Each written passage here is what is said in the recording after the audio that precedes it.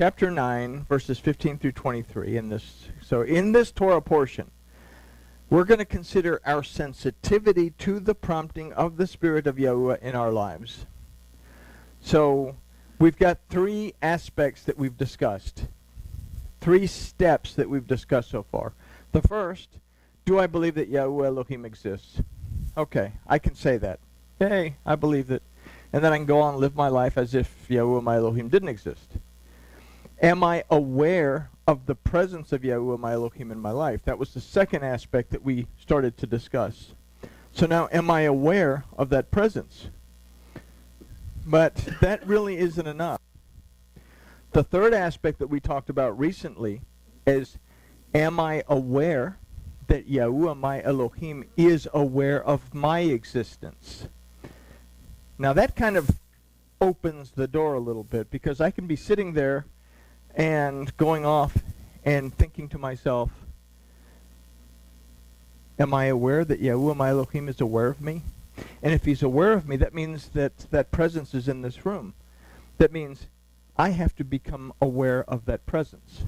So we're going to look at the last, or not the last, but the fourth stage in this, because none of that is relevant if we're not willing to be sensitive enough to the Spirit of Yahuwah our Elohim when we need to make a decision or take action upon having made that decision.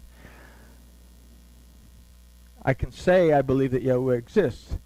I can say that I'm aware of his presence. I can understand that he is aware of my existence.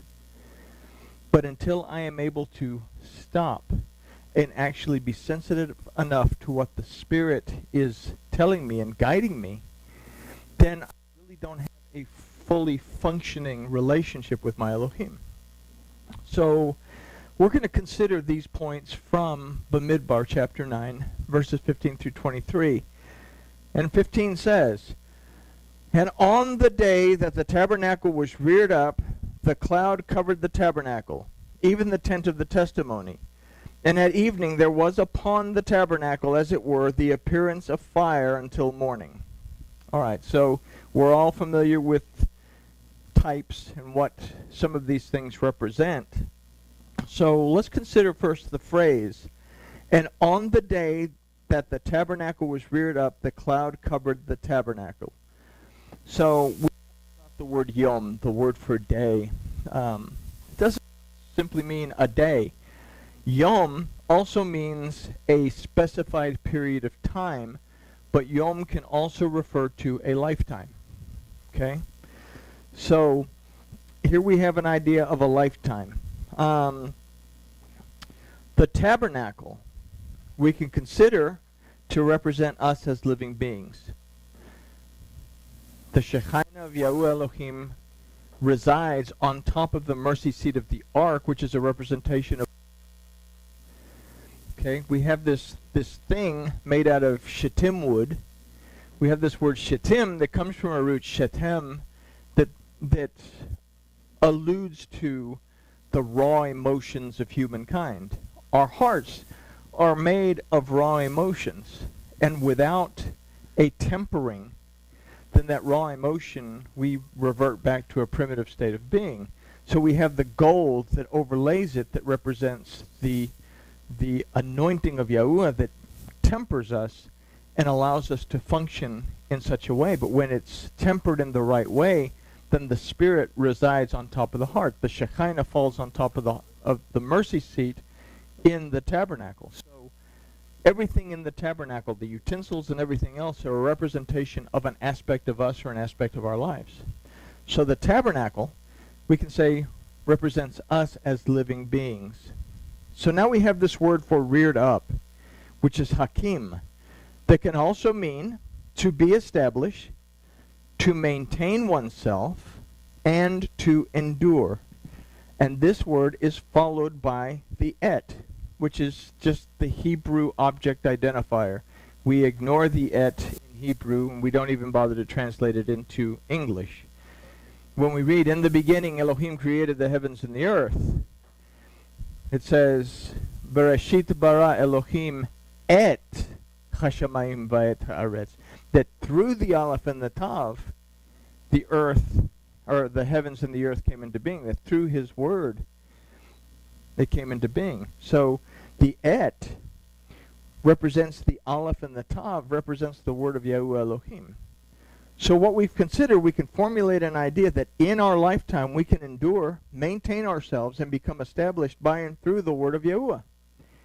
In doing so, the cloud covered the tabernacle, which can represent for us now the covering of the Ruach of Yahuwah over our lives. So in other words, if we choose to live our lives according to the word of Yahuwah, we live our lives under the covering of the Spirit of Yahuwah, and it is within this covering that we are able to become established and maintain our existence. Okay? So, what are we seeking to do in our lifetime? The object is to seek to become restored back to a complete, a whole Adam. You know, Adam, not the name of the first guy, but Adam as a word in humankind means human being. So we're seeking that restoration back to completion, back to wholeness. In order for us to get there, we have to develop and establish a connected relationship with our Elohim. I have to not only believe he exists, I have to be aware that he's present, I have to be aware that he's aware of me, and I have to be able to hear his voice and live my life according to the directions that he speaks to me. Okay? So this becomes for us the tent of the testimony.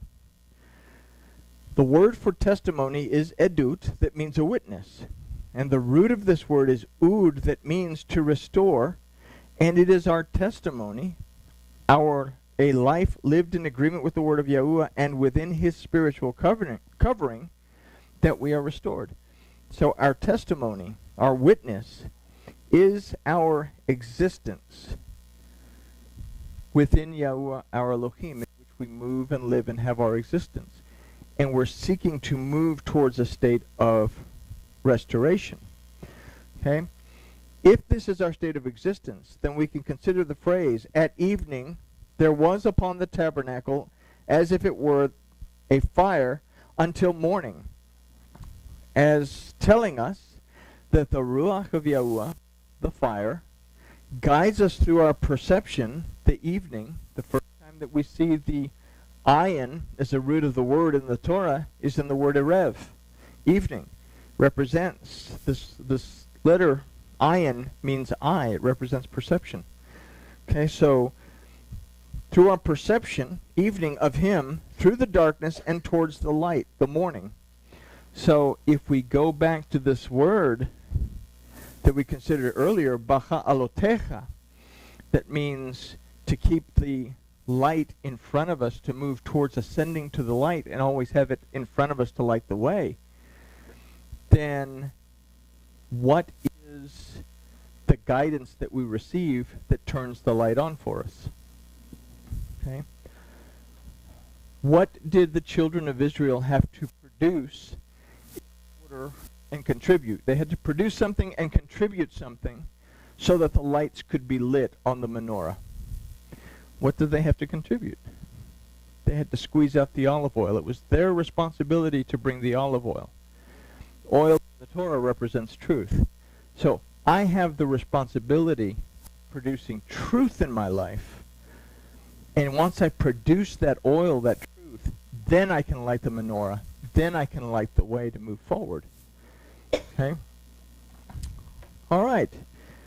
So all of this is illustrated further in verse 16 that says, so it was always, the cloud covered it, and the appearance of fire by night.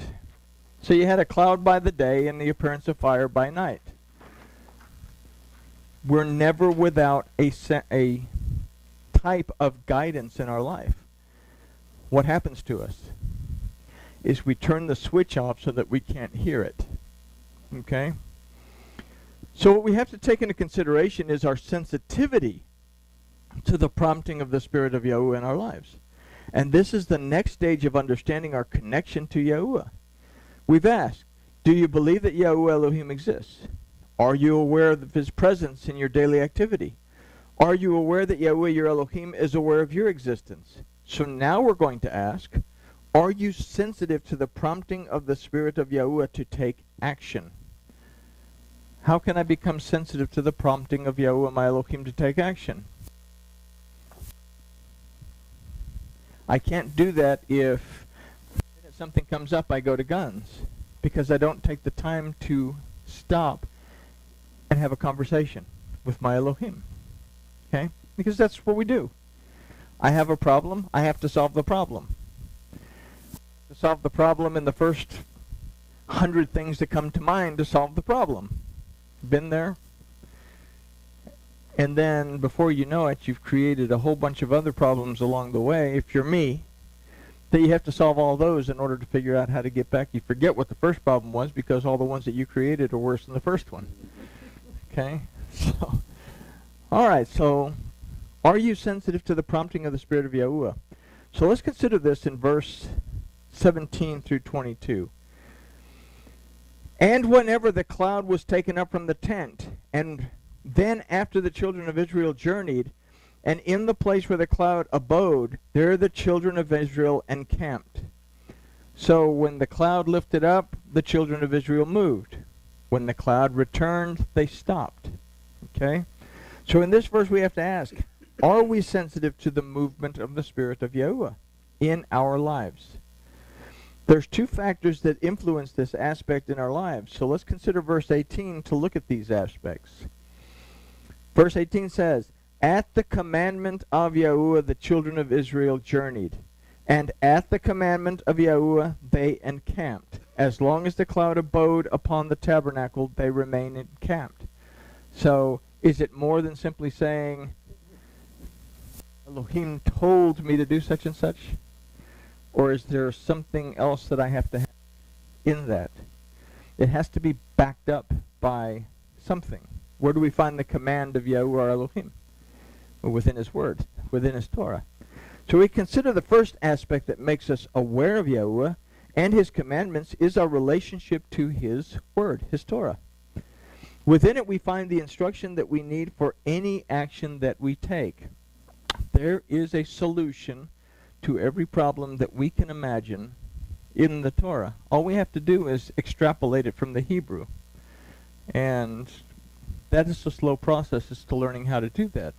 So that's part of what we're figuring out by looking at application as opposed to simply reading it as history or stories or whatever you want to call it. So within it we find instruction that we need for any action that we take. The second is our ability to remain within the spiritual covering of Yahuwah, his cloud. Is there times that we step out of the cloud? Well, if you're like me, you step away from the cloud at least 4, 5, 10, 15, 20, 122 times a day. Because I'm still not all that in a bag of potato chips. I said, I got to go to guns on this. But I've gotten to the point now where I say, am I aware that Yahuwah my Elohim is aware of my existence? That I stop myself a lot of times now. So it's getting better. But we have his word, his instruction, and we have the Spirit that covers us. What stops us is our perception of the fact that we live and move and have our existence within Yahuwah our Elohim. So, second is our ability to remain within the spiritual covering of Yahuwah, his cloud. This aspect circles back to our willingness to abide by the commandment as found in his word. And this is further reflected in verse 19. And when the cloud tarried, when it took its time upon the tabernacle many days, and the children of Israel kept the charge of Yahuwah and journeyed not. So, if the cloud was there and it hung out, well, they didn't go anywhere. Okay? So let's consider verses 20 and 21 for a more detailed look into our ability to perceive the movement of the Spirit in our lives. 20 says, and sometimes the cloud was a few days upon the tabernacle, according to the commandment of Yahuwah, they remain encamped. And according to the commandment of Yahuwah, they journeyed.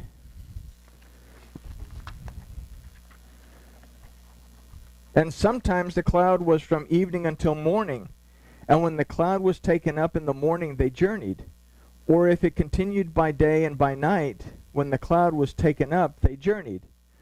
So these two verses illustrate to us perfectly the idea of waiting for the Spirit of Yahuwah our Elohim to give us his direction concerning when to act and when not to act. Do we want to act? Do we want to take action in the morning or in the evening, or would we prefer to take action in the morning? Do I want to take action when I can't really tell what I need to do? Or do I want to take action when I have clarity as to what to do? So, my connection is I wait for the Spirit to give me the perception that I need to see the light so that I can move forward with the light in front of me. We have to become sensitive to the Spirit of Yahuwah our Elohim to a point that we overcome the impulse to take action before we seek Yahuwah's guidance concerning making the decision to act on issues that will impact our lives. You know, I'm not talking about issues like, should I choose crunchy or creamy peanut butter? I mean, you know, that's not really a relevant issue. Should I put $10 worth of gas in the car or $15? Well, now that it's almost up to $3, should I put $5 in, or should I buy a bicycle? Anyway, we're talking about life-changing, impacting decisions that affect us, affect our families, affect other people in our lives. So we can understand from verse 20, the cloud was a few days upon the tabernacle. According to the commandment of Yahuwah, they remained encamped, and according to the commandment of Yahuwah, they journeyed. And from verse 21, and sometimes the cloud was from the evening until morning. When the cloud was taken up in the morning, they journeyed. Or if it continued by day and by night, when the cloud was taken up, they journeyed. So our physical existence depends on our spiritual sensitivity. Our physical existence depends on our... I can hear music. Okay. Our physical existence depends on our spiritual sensitivity. And we can consider this in the first word of verse 21, which is Vayesh. We have this letter Vav that means and, but Vav as a letter represents for us humankind. It represents the flesh. It represents our carnal side. So Vav represents a physical aspect, and then we have this word Yesh that means to exist. Our ability to remain patient and wait for Yahuwah to guide us according to his time frame is what we must become accustomed to. Our physical aspect, our carnality or our flesh, is what pushes us to take actions and make decisions prematurely. And I'm sure nobody's ever made a decision prematurely without thinking things through. So, again, I tell the young people, before you act on anything, think it through. And before you say I've thought it through, make sure you have the facts to think it through. And before you say you have the facts, make sure that your facts are correct before you say you have the facts to think through so you can make a choice. Okay? It's not to say if the person in front of you slams on their brakes that you have to sit there and reason all this out to put on your brakes. You know, there's some times that you stop right away. There's some times that you have the time to think it through. We can consider this in verse 22. Whether it were 2 days or a month or a year that the cloud tarried upon the tabernacle abiding therein, the children of Israel remained encamped and journeyed not. But when it was taken up, they journeyed. So while the Shekinah stayed there in the tabernacle, they didn't move. But when the Shekinah said it's time to go, it lifted up and said, time to go, follow me, let's go, we're going this way. Okay? If it takes 2 days, a month, a year, are we able to be patient enough to wait on our Elohim's timing to accomplish what we want to accomplish? And we looked at a graph some time ago that we want to get from A to B in the quickest route possible. But sometimes we don't see that there's a whole bunch of rocks between A and B. And we hit this wall and we hit that wall, and it takes us forever to get to B. Where when we stop and actually have this conversation with our Elohim and sit down with a cup of tea and some scones. I like scones. Scones are good. and we have this conversation, then it comes to our mind saying, oh no, if you want to get to B, you have to go all the way to G, and then you need to backtrack to E, then you have to go over here to I, and then you're going to go all the way to Z. Then you'll have a clear path to B. But we don't want to do things that way. We want to just go straight to B. Okay? But it doesn't occur to us that we can have a conversation with our Elohim. Because although we believe that he exists, we believe that he's present, we believe that he is aware of our existence, we haven't quite gotten to the point where we are able to sit down and have a conversation and perceive his voice saying, hey, do it this way. Okay? So there are times that making a decision to make a move is what we would, that there are times when we consider, or when we, there are times when making the decision to make a move is what we would consider a no-brainer. Anybody had any of those? Yeah. What we need to consider is this. Is it such a no-brainer that we can take action before taking time to pray about it? Paul has something to say about this. Now, he's talking about people coming in and spreading all kinds of idle gossip and preaching the wrong word and everything else. But we can apply what he's saying to the concept of ourselves, saying, this is a no-brainer. I'm going to go to guns on it. I'm going to jump into it with both feet. So consider what Paul says. And this is 2 Corinthians 11:14 through 15. And no marvel, for even Satan transforms himself into a messenger of light. It is no great thing, therefore, for his ministers also to fashion themselves as ministers of righteousness, whose end shall be according to their works. Now he's talking about people that are going in and misleading people. Okay? Can I have an idea concerning a situation where I think my idea is a no-brainer, this is a great deal, there's no problems here, and I jump into it without thinking things through? If Satan can transform himself into a messenger of light, if there is adversity in it, it can look really good because my emotions well up and I want to do this and I stop. I get blinded to the fact that there are problems there. Okay? So, do I stop and have a conversation with my Elohim where he says, yo, dude, that's not a good idea because did you consider this? Okay? So even if we say it's a no-brainer, we still need to take time to think it through. So sometimes if it appears to be too good, it isn't. Because of this idea, we have to look to put verse 23 into our regular routine. Oh, look, it went to the next page. My proofreading isn't that grand. And verse 23 says, at the commandment of Yahuwah they encamped, and at the commandment they journeyed. Or at the commandment of Yahuwah they journeyed. They kept the charge of Yahuwah at the commandment of Yahuwah by the hand of Moses. What does that tell us about us?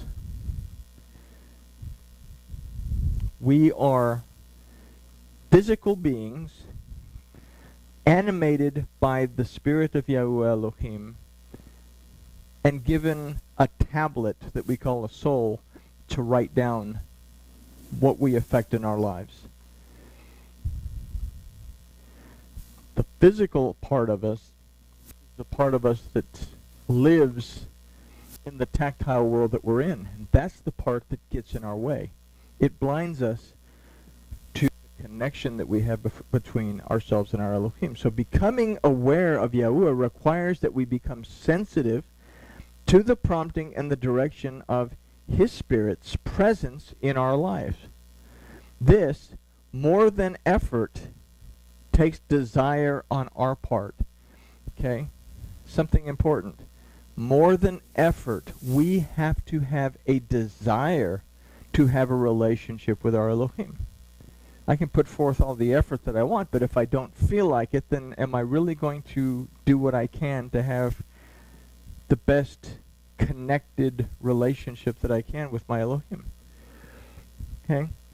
So, having considered this Torah portion from the perspective that we have to ask ourselves individually, am I sensitive to the prompting and direction of the Spirit of Yahuwah my Elohim in my daily life?